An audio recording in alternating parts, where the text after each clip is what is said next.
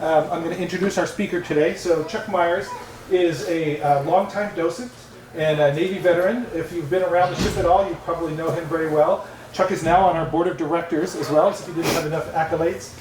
And Chuck, his most recent accomplishments are that he was a Navy liaison for two very big movies. The first one was Midway, which is why he's going to be talking to you a little bit about what it was like to be on that movie set. And then the second movie was Devotion. I don't know if you saw that movie. That was about the first African-American naval aviator. Very good movie. So Chuck was the Navy liaison on both of those.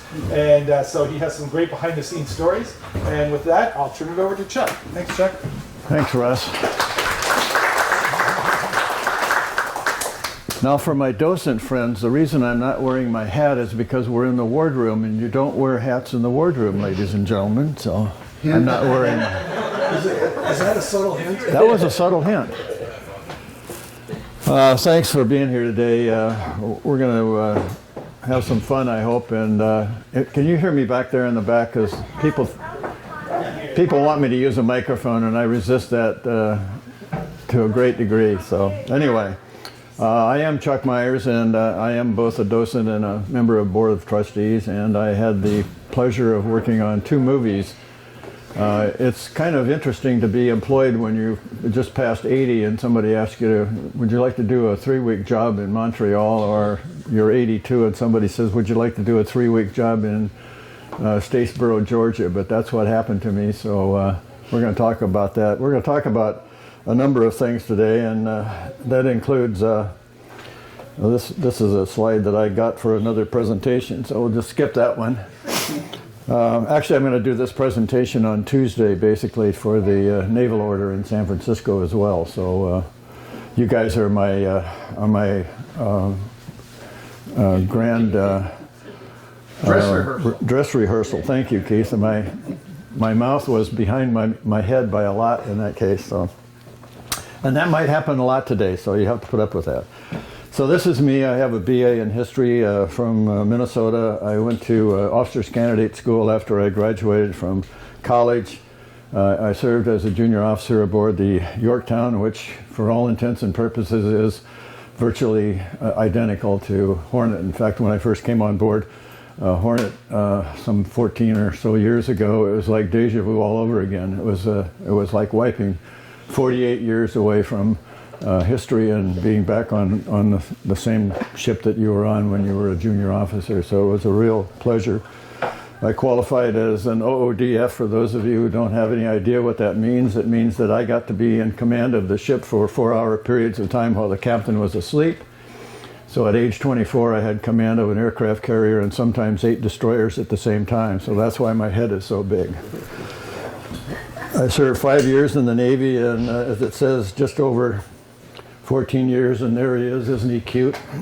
Ladies and gentlemen, when I graduated from OCS and went back home on my first leave, my mother, first thing she did was get me in my whites and send me down to the photographer in town so she could take that picture. So there it is in 1961.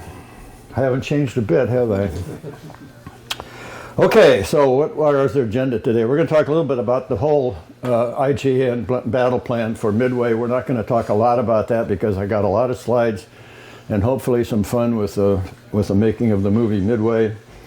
We're going to talk about how we got involved in that process, what it's like to make a blockbuster movie with Roland Emmerich as your director, and some background stuff from the DVD.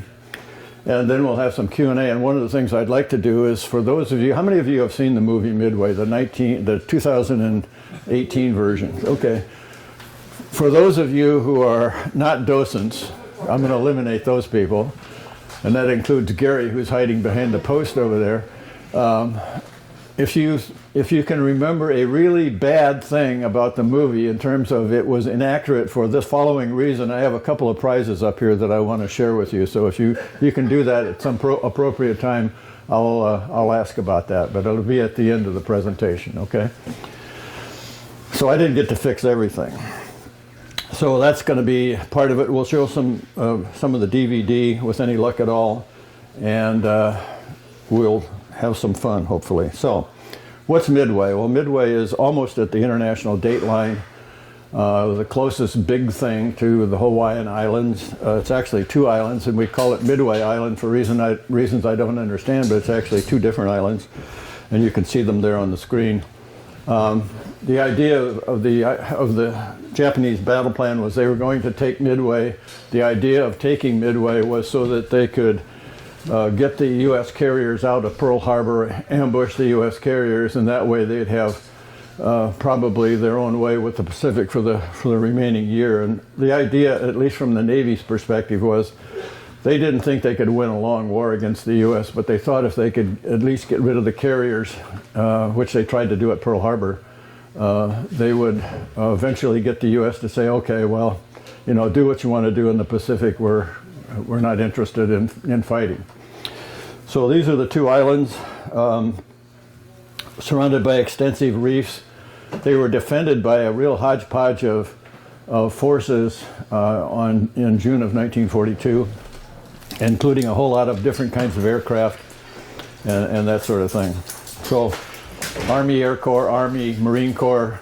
John Ford was on the island at the time making a movie. So lots of different things going on there. This is sort of the battle plan. And if you look at that, the thing that strikes me, and has done the same with a lot of more credentialed historians than me, and more military experts than I am, there's a lot of stuff going on there.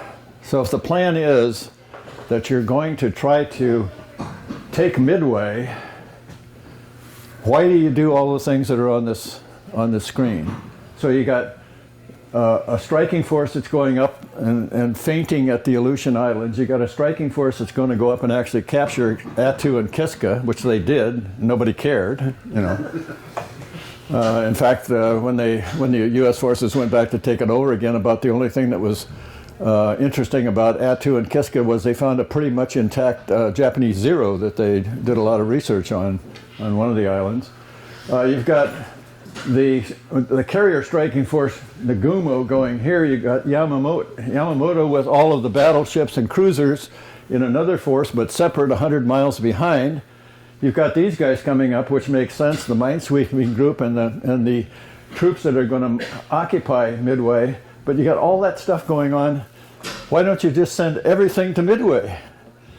And my contention is if they had done that, it might have turned out quite differently, because although the Japanese were not ever really good at thinking about how to defend, they were always on the offense, they would have had a whole lot more anti-aircraft capability if Yamamoto and the battleships and the cruisers had been with the carriers. That's my contention. So I think the summation of all of this is it is too complicated. Just send everything to Midway and don't worry about when the American carriers are going to get there, because you have all of those forces ready for them. So lots of good things happened on the Japanese part. They had a cordon of submarines out here well in advance of Midway. They hoped to catch the U.S. carrier forces coming out of Pearl Harbor. Didn't happen because we knew what they were going to do, so the carriers were already out of Dodge by the time the submarines got there. Good idea. They had a reasonably good group of aircraft that were scouting out in front of the carriers. They didn't quite get as far as they wanted to, and one particular plane from a cruiser didn't get out to where it should have been, or they would have spotted the American carriers. So they did a lot of good things, but their bad thing was, in my view, they did separate their forces, and that doesn't make any sense to me, particularly in retrospect. And by the way, when they game planned Midway, the Japanese Navy game planned Midway, one of the outcomes was exactly what happened.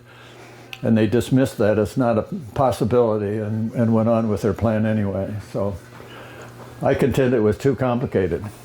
Yeah, go ahead. And by the way, before I call on you, if you have questions, just raise your hand, and I'm not going to do this like a lecture if I can help it. Okay? So with the Japanese battle plan, the Aleutian force was meant to basically lure at least one American carrier away from Pearl. So taking out one of the American carriers. And then the reason behind like Yamamoto and the battleships were about 100 miles back was because the goal was to first knock out the airfield, then knock out the fleet, and then later with the, I believe the term is Katzen Kantai, like decisive battle, is once the carriers have crippled the American fleet, come in with the battleships and then just, so. That was the plan. But, the fact that they... My contention is bad plan. Yeah, they whether or not they thought the Attu and Kiska or the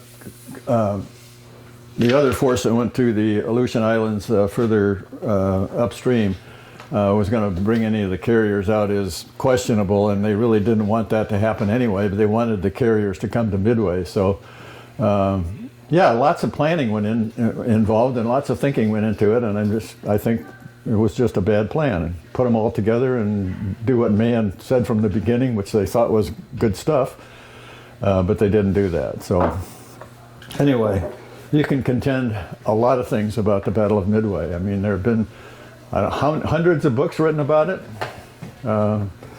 In fact, Keith and I just edited one a couple of years ago that was written about the Battle of Midway called the Silver Waterfall. Okay, so we could talk about a lot of stuff about Midway. We could talk a lot of stuff about just what happened with respect to CV-8, the Hornet that was involved in the Battle of Midway. Lots of controversy about that. It includes some of the things on there. The flight to nowhere that was characteristic of the main forces from Hornet. What happened to Torpedo 8. Lots and lots of things you could talk about, and you could probably have a 2-hour discussion of just what happened with regard to Torpedo 8 and the rest of the squadrons off of Hornet. One of the interesting things that's still speculative, because we haven't found any definitive answer to this, is Mark Mitcher didn't submit his report. He'd already been promoted to Rear Admiral, by the way, by the time of the Battle of Midway, but he didn't submit his battle report to Nimitz for 2 weeks. And some people think he gun-decked the report. In other words, he didn't tell the whole picture, which is why it took him 2 weeks to write it. And as a result, he ended up with his next assignment, his first assignment as a Rear Admiral on Guadalcanal in charge of the Cactus Air Force. And some people speculate that that was his punishment, being sent to purgatory for his first assignment by Nimitz, who didn't appreciate the fact that he didn't get the report on time and that it wasn't factual as he thought it ought to be. So we could spend a lot of time on that. We're not going to do that today. So how did we get involved in the movie? Well, in 2017, our events coordinator got a call from Hollywood and said, we would like to send a location scout up to Hornet to see if we can use the ship as the basis for a new movie. That was about all we knew about it. We didn't know what the movie was going to be about, how a carrier might be involved in it, or whatever. But we said, yeah, that's fine. There have been several movies made using facilities on board the Hornet, all of them bad, by the way. So, yeah, come ahead. So an entourage arrived on board with Roland Emmerich, Brent O'Connor, who was one of the executive producers, Kirk Petroselli, who was the production designer, some camera people, and some people that were just kind of carrying gear, and we sort of toured them around the Hornet, and we eventually found out that they were going to make a movie that was going to be centered on the carrier Enterprise. And so we thought, okay, that's interesting, and we went to the bridge, and we went all around the ship and did various shoots with Roland Emmerich doing what directors do in movies. He actually did this a number of times. And then they said, thank you very much, and disappeared. We didn't hear anything from them for months. So later, in 2018, we got another call. We'd like to come back and do some more of the same thing. So pretty much the same crew showed up. This time we had heard that they were making a movie about Midway, and knowing that they were interested in the Enterprise, I had bought a book about the Enterprise CV6, so that because this is an Essex class carrier, those were Yorktown class carriers, and I had never actually seen one in person, so I wanted to know a lot more about them. Well, it turns out that the production designer, Kurt Petroselli, had never seen the book about Enterprise, and so I ended up buying a book for Kurt so he could have that same one. So I bought another one so that both of us had the same book, that we could refer to each other with regard to what was there. What we did learn during those 2 visits was that they really were interested in being authentic about it, and we eventually learned that they were actually going to make a movie about Midway. So that was the genesis, and then again, nothing happened for a long time. Can we help you?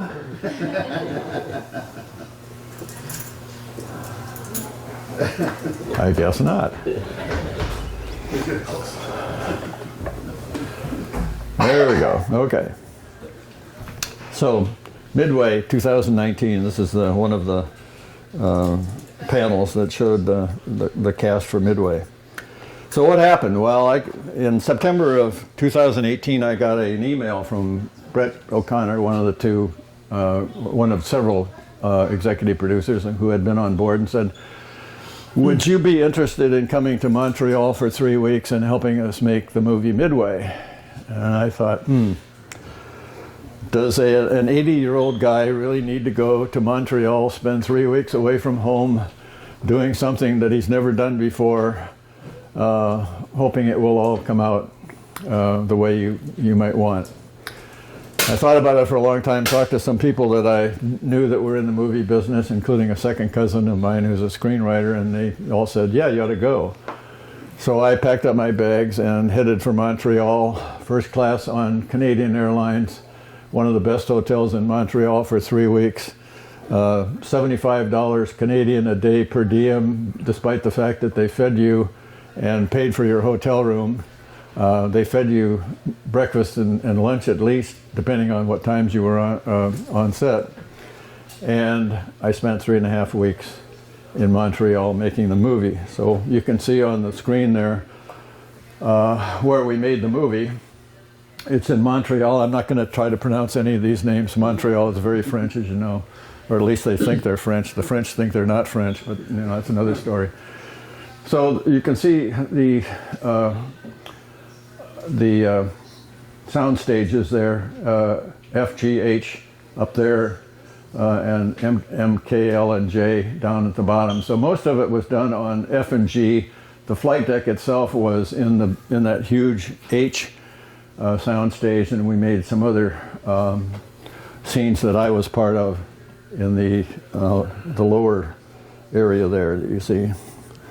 This is out on the outside of Montreal, probably 20 minutes outside the center of Montreal, right alongside the river.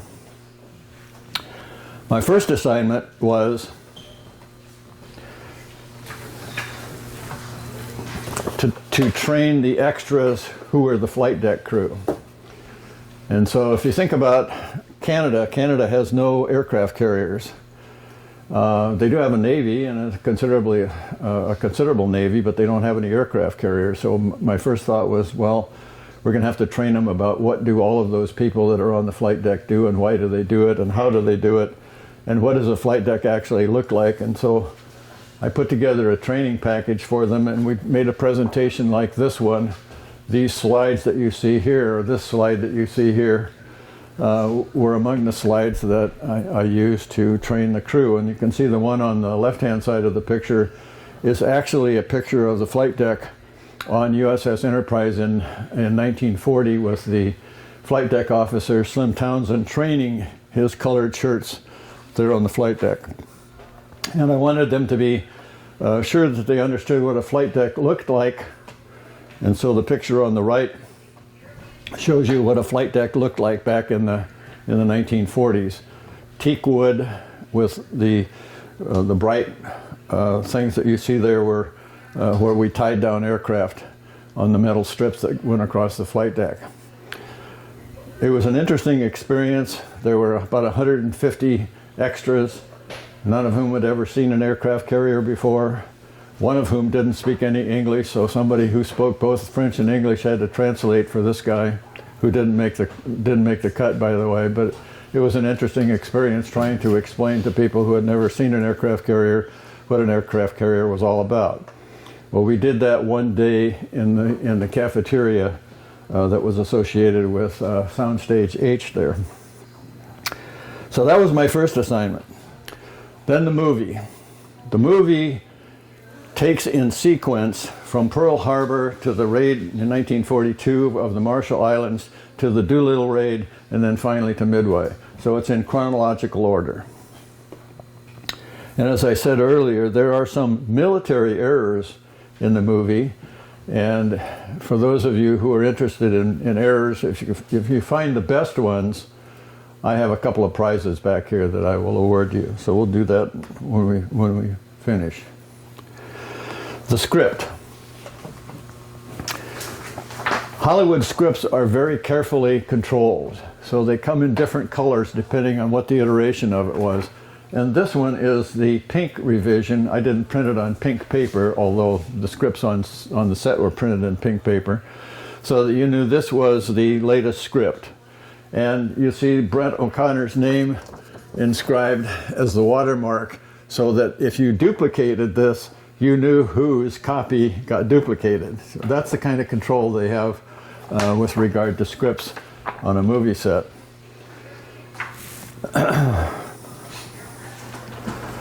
This is what they call the call sheet. So this is the first day call sheet. One of the things that impressed me most about the movie business was they are very well organized. So they have everything down to lines on the call sheet. Not only what's going to happen and how long it's going to take in theory, but also all of the people who are involved. So you can see that it talks about the USS Enterprise on the flag bridge, and those were the first scenes that we shot on the movie that I was part of, on the flag bridge of the USS Enterprise.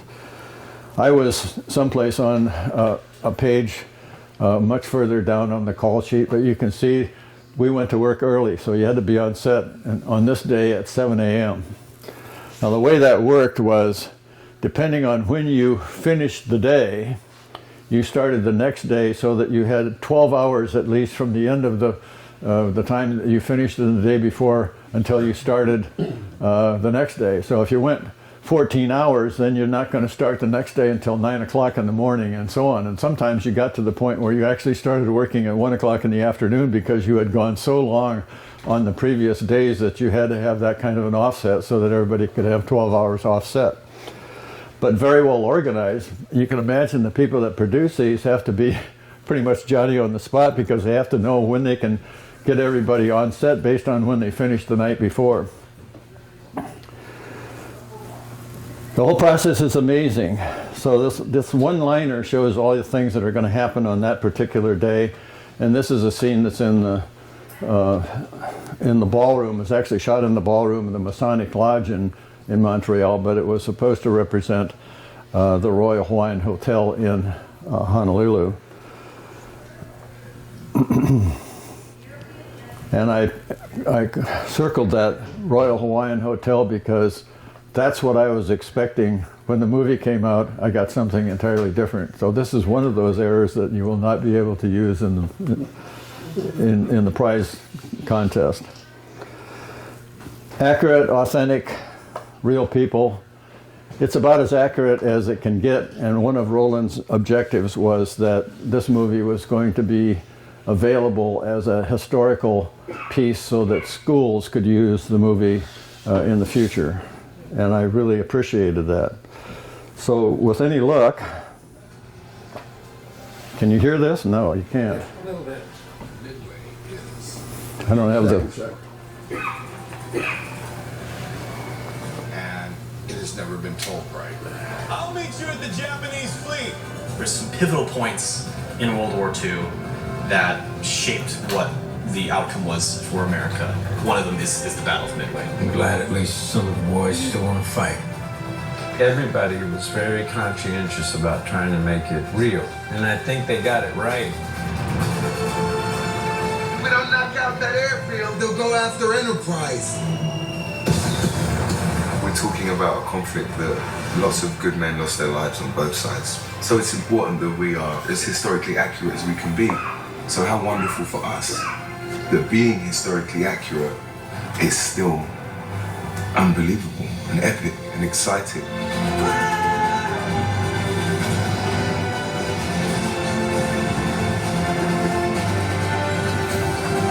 We are playing make-believe, right? But we're just trying Sorry, to play Gabe, make-believe as authentically as we can.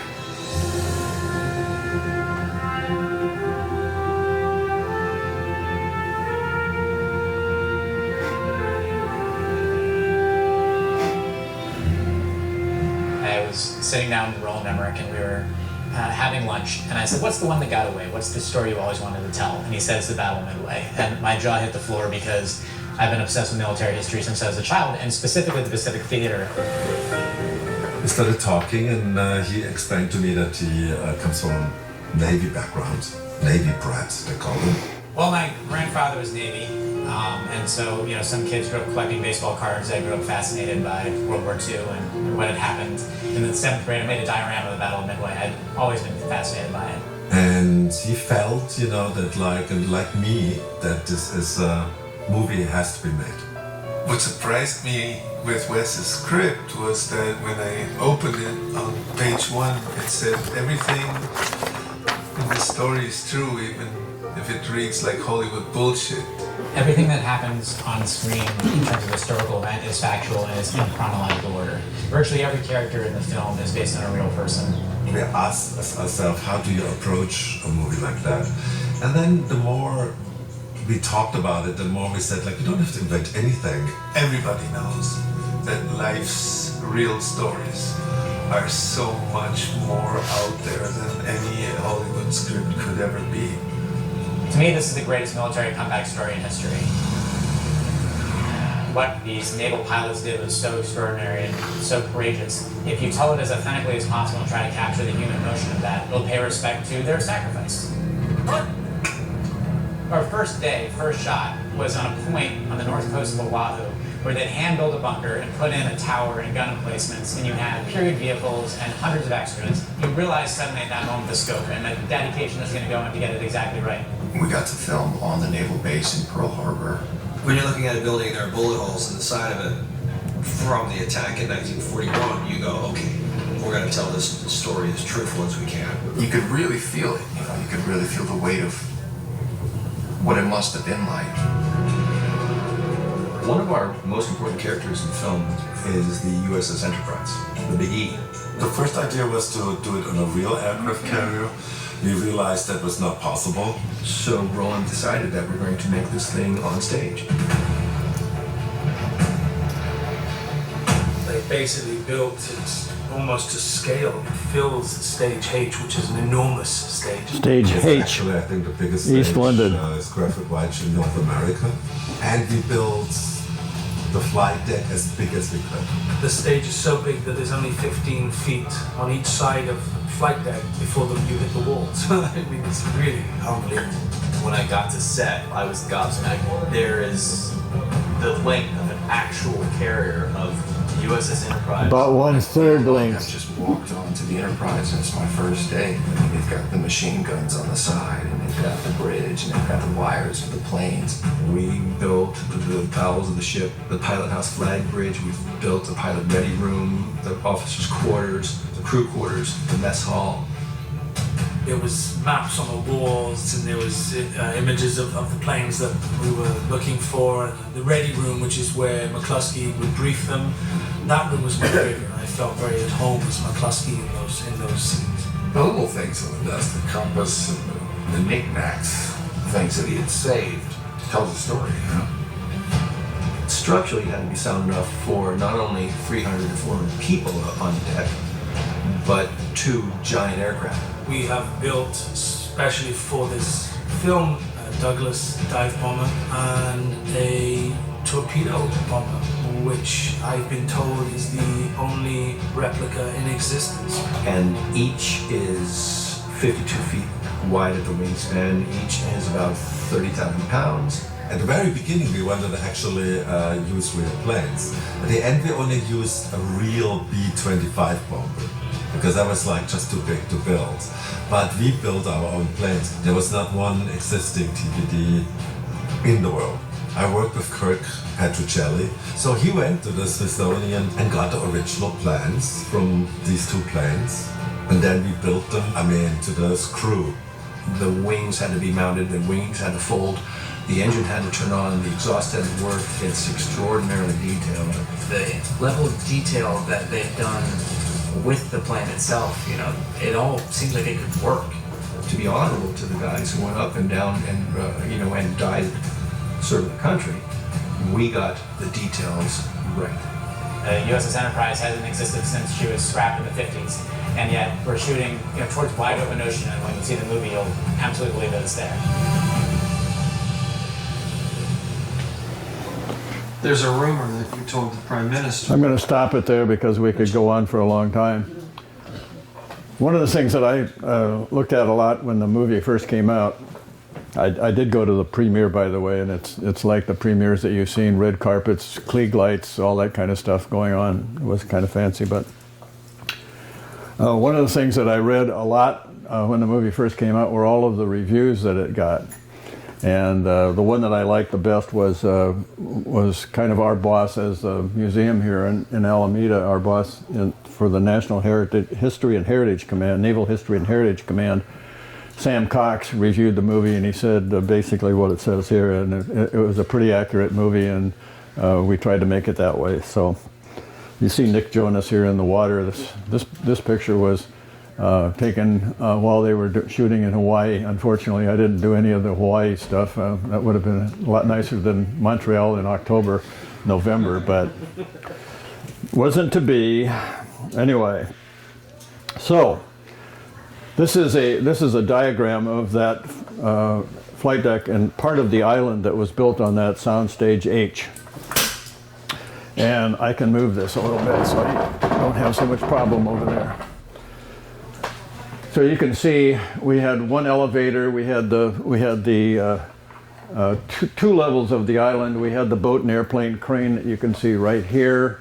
We had the anti-aircraft guns there.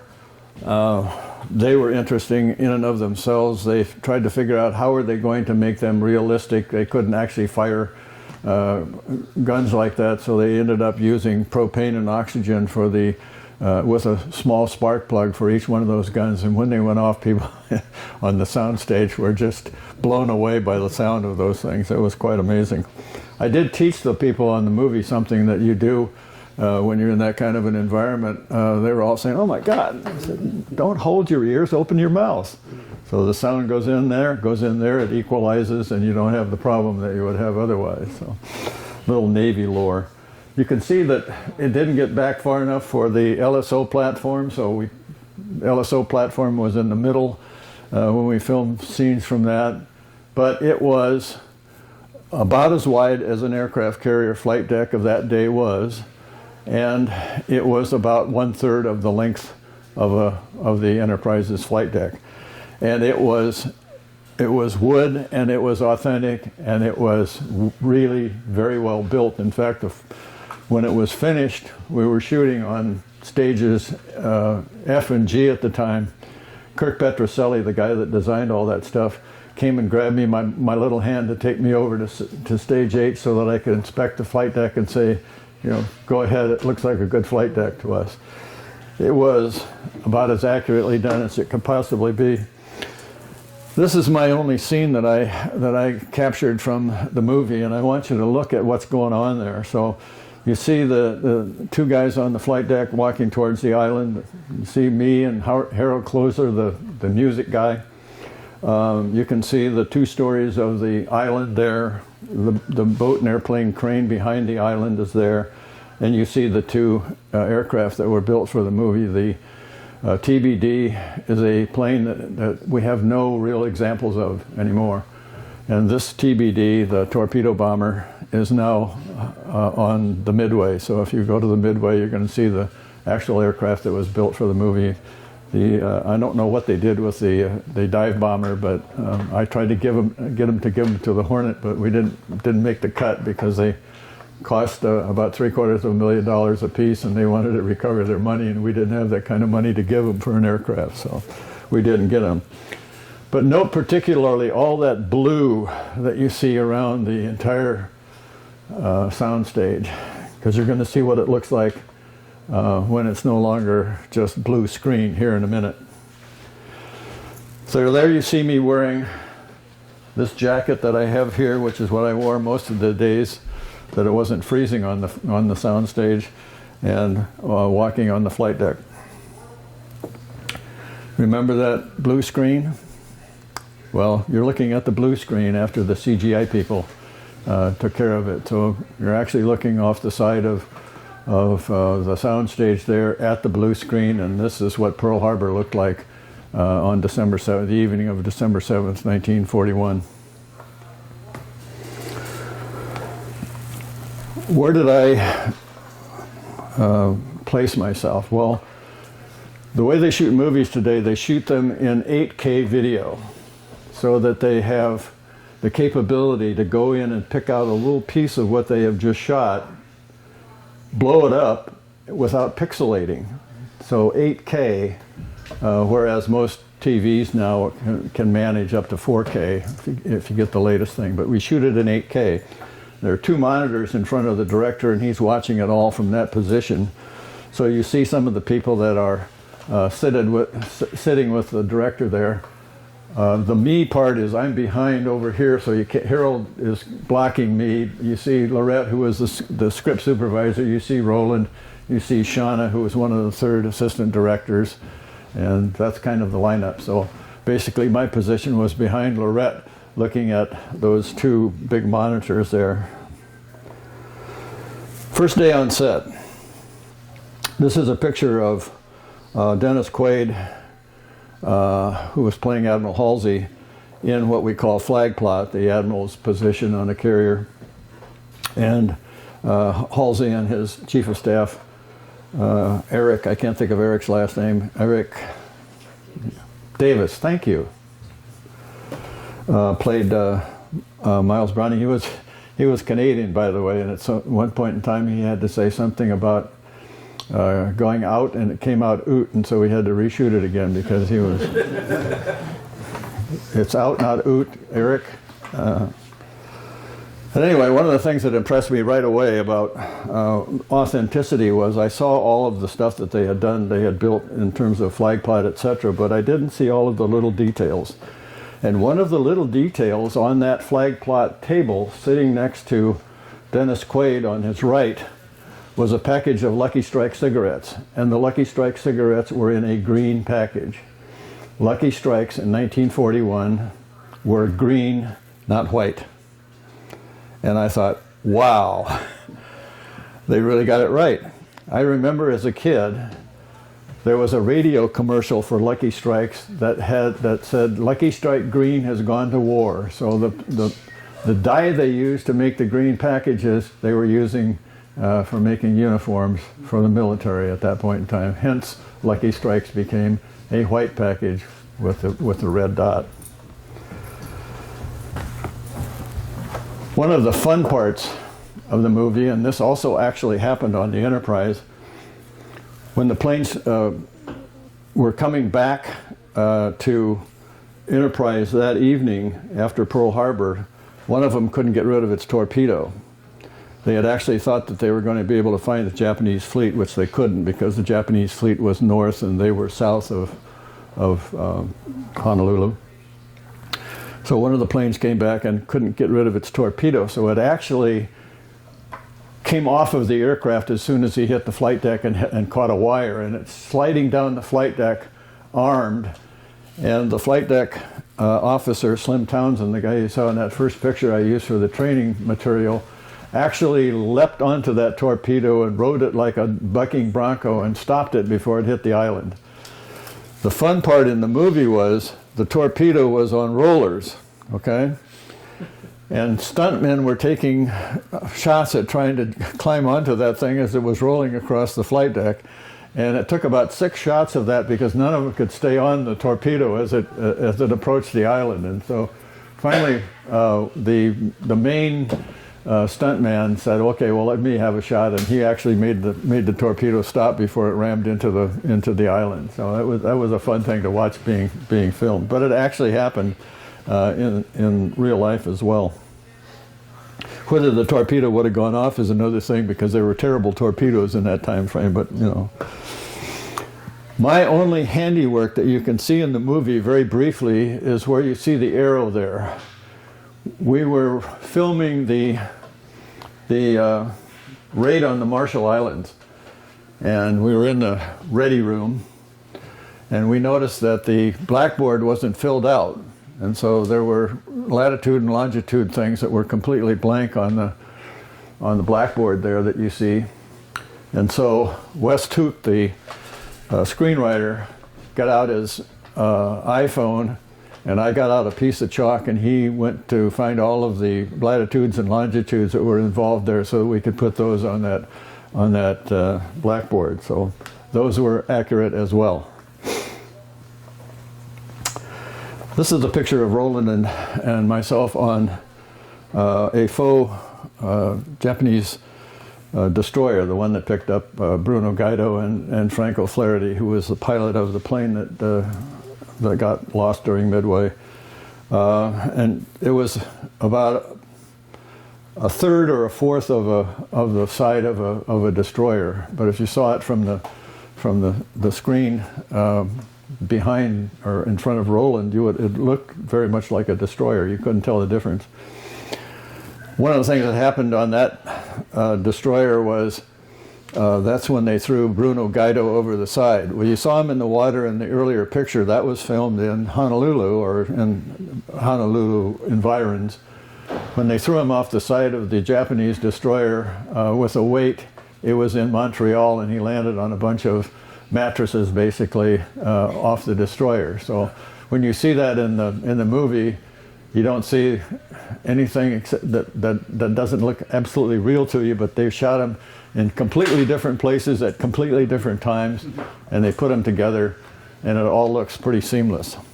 That was one of the things that I had the hardest time with when we were making the movie, was the temporal things. In a film, you can do it backwards, forwards, inside out, or whatever you want to based on how you shoot the scene. So a lot of the scenes that you see are really two scenes put together. So if you watched closely in the video that you saw earlier, you saw Nimitz handing out medals on the flight deck of the Hornet.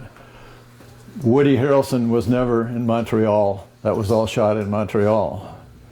At some point in time, if you watch the movie, you will see the scene where Bruno Gaido is called up to see Admiral Halsey in Flag Plot. Nick Jonas and Dennis Quaid were never on the set at the same time. So in one case, they're shooting Dennis. In the other case, they're shooting Nick. And they put those two things together. It looks miraculously like they were together in the same scene. Didn't happen. You also see a scene in the movie where Halsey comes aboard and tells, Nimitz comes aboard and tells Halsey he's going to the hospital. Quaid and Harrelson were never on the set at the same time. Those were put together at two different points in time, but you don't notice that. That's really hard to get your mind around if you haven't made a lot of movies, that they can do all of this magic. They can slow it down, they can speed it up, they can move things from here to there. With 8K, they can do whatever they want to with the pixels they have, and it just is absolutely an amazing process. I was just blown away by that.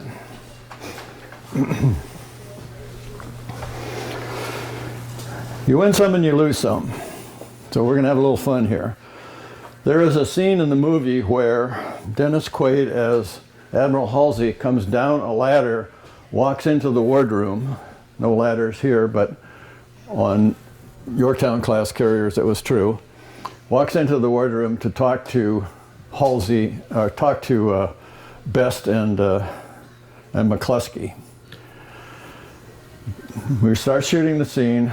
Dennis walks into the wardroom and walks up to talk to him, and he's still got his hat on. Remember I talked to you about hats? Don't wear hats in the wardroom. So I said, no, Roland, time out. He said, what's the matter? I said, he's got to take his hat off. He says, why? I said, well, traditionally you don't go into any eating spaces for anybody with your hat on.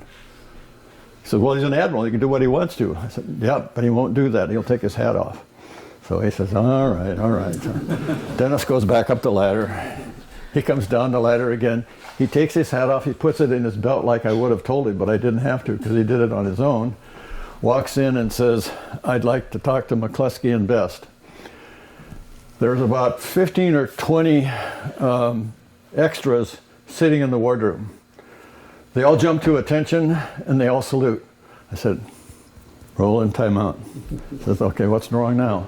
I said, well, they jump to attention, but you don't salute in the Navy unless you're covered. You can't be covered in the wardroom, so they're not going to salute. He says, okay.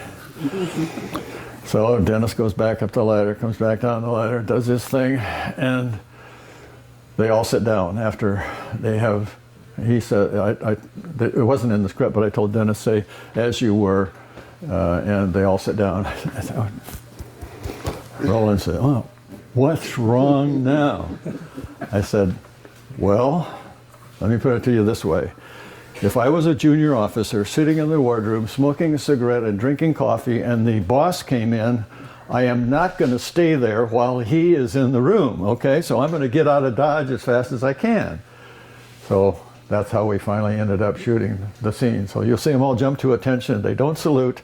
As soon as he says, as you were, they start hustling out of the wardroom. So that was my first victory. Maybe it was 3 victories.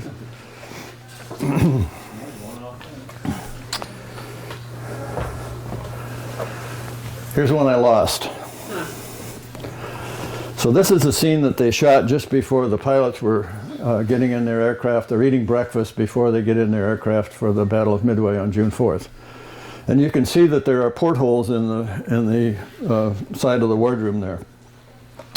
So a couple of some funny things about this scene. Ed Skrine, who you can't see in this picture because he's over here on the right behind some people, must have eaten 10 bowls of oatmeal that day because we shot it about 10 times. And so but he's a trooper and he just kept eating oatmeal. So when this scene was shot, I said, okay, Roland, you got to make the light move. He said, why? I said, well, the ship's at sea. It's going to move. So that light that's coming through the porthole, it's got to move with the ship. And he said, Chuck, it's a movie. It's going to cost me $1 million to make that light move, and I ain't doing that. So I lost that one. Okay? This is my triumph. So there's a scene after the Battle of Midway where everybody is waiting for Dick Best to get back from his in his SBD from hitting the Hiryu. And so you see Luke Kleintank here as Dickie Dickinson waiting for him. And so we were sitting there and Roland said, this isn't working, he said. We got to do something to fill out this scene so that it's not so barren. And I said, well, have you ever heard of a FOD walk? And he said, what's a FOD walk? I said, well, you know, it's foreign object detection on the flight deck. You get a bunch of the colored shirts, they walk down the flight deck, they pick up all of the little pieces of debris that have accumulated since all the planes landed, and they make sure we don't blow tires out and things like that. He said, show me. So I said, okay. So I go out on the flight deck, and I hadn't trained the flight deck crew to do this. They didn't know this was going to happen. So we got a bunch of the colored shirts out there. I said, okay, here's what we're going to do. And there were so many of them, and I couldn't talk to them directly, by the way. Union rules, the third assistant director has to tell them everything. I couldn't talk to them. I had to talk to him. Okay. So I'm saying, okay, we got to get rid of about 2/3 of them. So he tells 2/3 of them to get off the flight deck. And then I start telling him to tell them what to do. And he finally said, okay, forget all that, forget the union rules. You tell them what to do, okay? So here's what we're going to do. We're going to walk down the flight deck, and you're going to walk down very slowly, and you're going to periodically bend down and pick something up and keep it. And Roland says, can I have buckets? I said, Roland, it's a movie. You can have buckets? What do you want buckets for? I want some sound.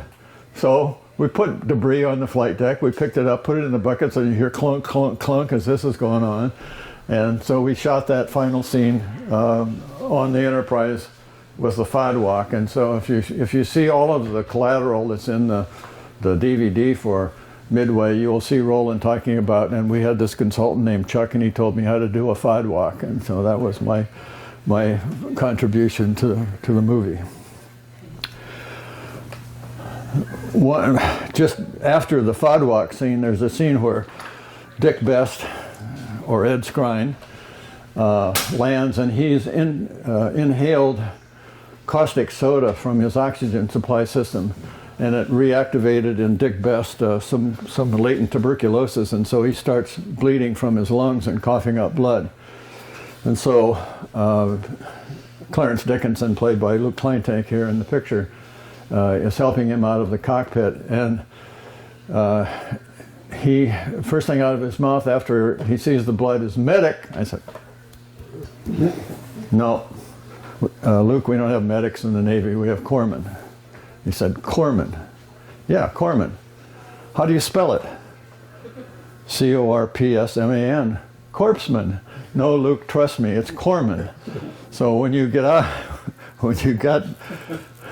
Skrine in your arms, cry corpsman. And so on the third attempt, he finally got corpsman out of his mouth, and so that's the way we shot that one. So those are some of the kind of little things that I pushed the wrong button there that we did. Finally, my biggest loss. Okay, we're shooting in the Masonic Hall in Montreal, and we're shooting what's supposed to be the Royal Hawaiian. You remember I showed you that in the one-liner? We're shooting in the Royal Hawaiian, and there's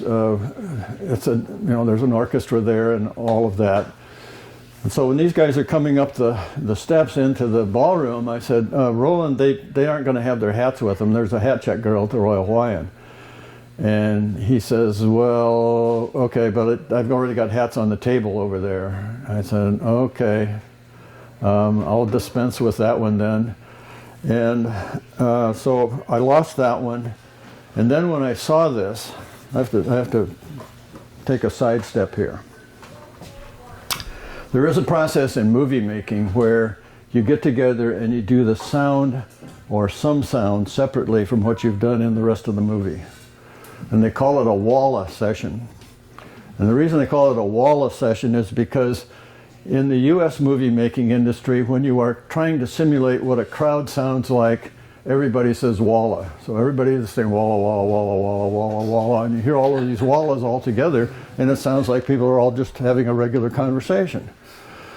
But in the Walla session, they show you the uncut movie, and there is a pair of lines that go across the screen, and when they hit, that's when you start saying whatever you're going to say or making whatever sound you're going to say. And the first time I saw the Officers Club was in that Walla session where we were doing something to do sounds, and I said, no, it can't be the Officers Club. And he said, well, we always shot it, and it's the Officers Club. And I said, well, look, what's wrong with it? Well, tell me what's wrong with that picture of the Officers Club there. There's an enlisted man there. There's an enlisted man there, and there were enlisted men all over the place in the Officers Club dancing and so on and so forth. Royal Hawaiian, fine. I didn't have a problem with that. That was absolutely true. But Officers Club, no way. So that was my biggest loss, I think. So, trophy slides. There's Ed Skrine and Luke Evans in the green room. This is in the Masonic Hall in Montreal.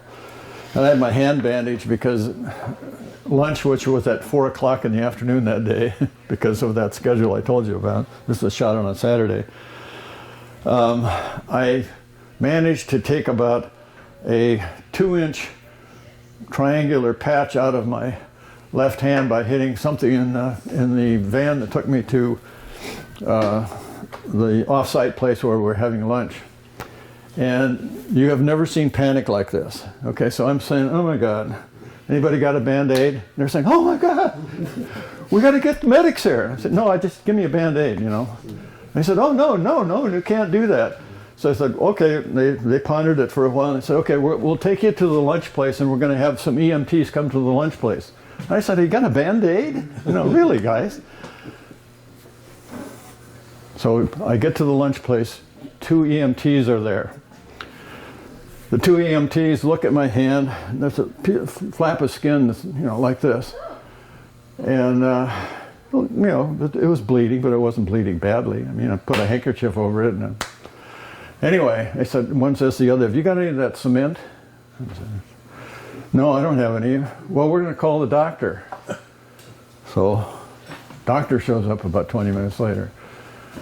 And he says, well, I don't have any cement either, but, you know, I'm going to bandage it. So he bandaged it up, and I had lunch.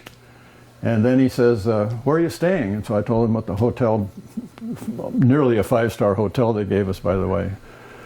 I told him what hotel. He said, okay, I'll be there at 3 o'clock tomorrow, which was Sunday, and give you a tetanus shot. Sure enough, he shows up at my room at 3 o'clock the next day and gives me a tetanus shot and rebandaged my hand. Panic about that, but that's the way the union rules are for the people on set. Anything that happens, man, they are right on top of it.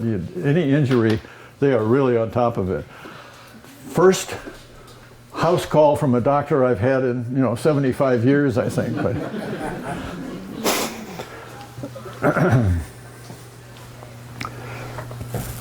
by the way, I was told very explicitly I cannot take pictures on the set, period. No pictures. They didn't tell any of the talent that because they took lots of pictures, but not me. This one I call This Is Us. So Mandy Moore, who was playing Dick Best's wife in the movie, was there.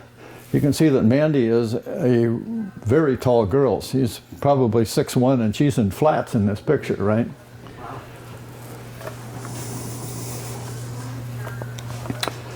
And then when I was finished and we're about to go back, Ed Skrine presented me with this picture and picture frame, and what he did with it, or really what his personal assistant did with it, was she went to all of the talent that was there that day. And so you see the back of that picture frame, it's got Kean Johnson, who plays Dick Best's backseater, Luke Kleintank, Luke Evans, and Ed Skrine all signed the back of the picture frame for me.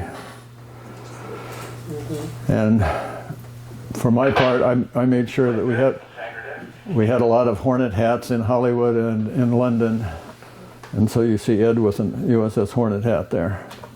And you see this hat, which is what I was wearing all the time I was in Montreal. It has a bunch of buttons on it. Every Friday, the crew comes up with a secret button. You don't know what it is until Friday afternoon, and they present all of the buttons on Friday afternoon. So I was there for 3 Fridays. I wasn't there for the 4th Friday, although I had worked that week. So they sent me the 4th button for my hat. So that's a tradition that they have, at least in Montreal.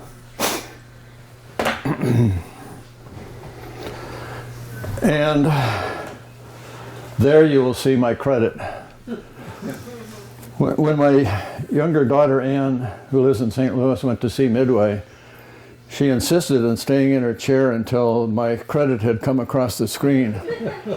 And she said by the time the credit got to that point, they were taking the gum off the seats of in the theater and sweeping up the popcorn and everything else, but she was not leaving until she saw that. So, Q&A. And part of Q&A is, if you saw Midway and you didn't see any of the mistakes, or you saw mistakes that I didn't talk about today, I'm going to give a couple prizes for the best mistakes in Midway that I didn't talk about. So any other questions or whatever? Can docents sleep in? No, you cannot. You can. I will get you afterwards. After I give out any prizes that might get won. So he's got his phone out. I'm worried about him. Go ahead. Okay, I'm sorry. That's just my mouth. One of the things that actually I kind of do wish the movie Midway actually did cover was the Battle of Coral Sea, because it's not really talked about, but the fact like it played a crucial role because like it took out both Shokaku and Ziokaku. However, in the movie, when it shows Enterprise pulling up, it's showing the Lexington sinking. However, they didn't like the people who were doing the CGI did not bother to animate the proper structure for Lexington. Instead, you're seeing a Yorktown class carrier slip beneath the waves at Coral Sea, and it's like. Yeah, Lexington profile was considerably different than a Yorktown class carrier's profile. So that is a mistake. It's not one of the big ones in my view because it is very transient in that particular issue. But good catch. Anybody else? I'll tell you a couple. One of the things that I did was I did a lot of research and I gave the people that do the CGI stuff a lot of information. So one of the things that I said was the Enterprise did not change the tail configuration of their aircraft before Midway. Almost all other squadrons, besides the six squadrons that were on Enterprise, had changed their tail configuration. So the tail configuration for the aircraft on Enterprise had the red and white stripes on the back part of the tail on the rudder.